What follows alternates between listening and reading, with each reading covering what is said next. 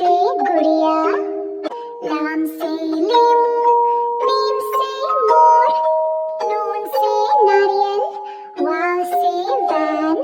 छोटी है से हाथी, हमजा से ऐना, छोटी है से याकूत, बड़ी है से तोते।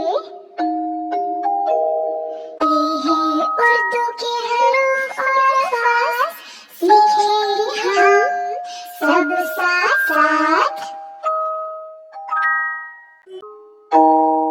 अलिफ से अनार, अलिफ मद आ से आम, बे से बिल्ली, पे से पतंग, ते से तितली, टे से टमाटर, से समर, जीम से जहाज, चे से चूहा, हे से हजाम।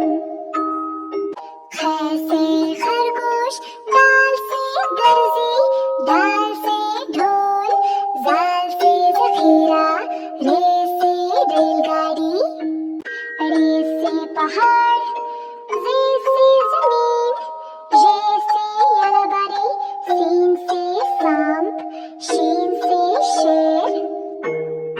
वाद से संदूक, स्वाद से ज़ईफ़, तोय से तोता, ज़ोय से ज़रूफ, ऐन से ऐनक, ग़ैन से गुब्बारा, फ़े से फ़व्वारा, क़ाफ़ से क़ालीन, काफ़ से किताब, गाफ़ से गुड़िया, लाम से लेमू, मीम से मोर, नून से नारियल, वाव से वैन।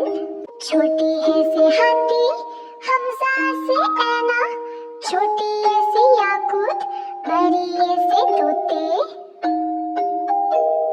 ये है उर्दू